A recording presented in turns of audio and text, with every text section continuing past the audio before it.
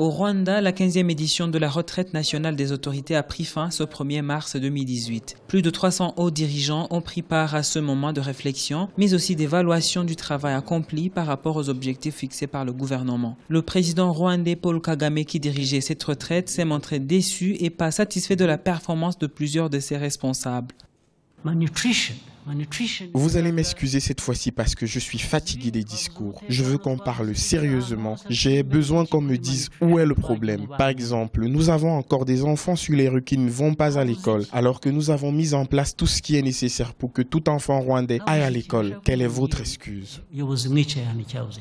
Lors de la clôture de cet exercice annuel, le président rwandais a rappelé à ses officiers la notion de l'humilité et le sens du service dans l'accomplissement de leurs devoirs. L'exercice survient également après l'adoption de la stratégie nationale de transformation, un programme du gouvernement sur 7 ans et un instrument de mise en œuvre pour le reste de la vision 2020. Je pense qu'il est important parce qu'il témoigne de la culture du résultat qui est au cœur de la gouvernance rwandaise.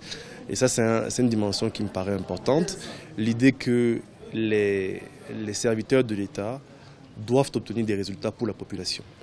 Et que par conséquent, il faut qu'il y ait des mécanismes qui soient mis en place pour s'assurer que la vision qui a été décidée, en l'occurrence par le président, et qui a donc la légitimité pour le faire, que des mécanismes soient mis en place pour effectivement vérifier que l'implémentation des décisions est effective et qu'elle est faite correctement. Selon les autorités rwandaises, la vision 2050 du pays devrait conduire à une économie à revenus élevés où chaque Rwandais devrait gagner au moins $12 000 par an avec un niveau de vie élevé.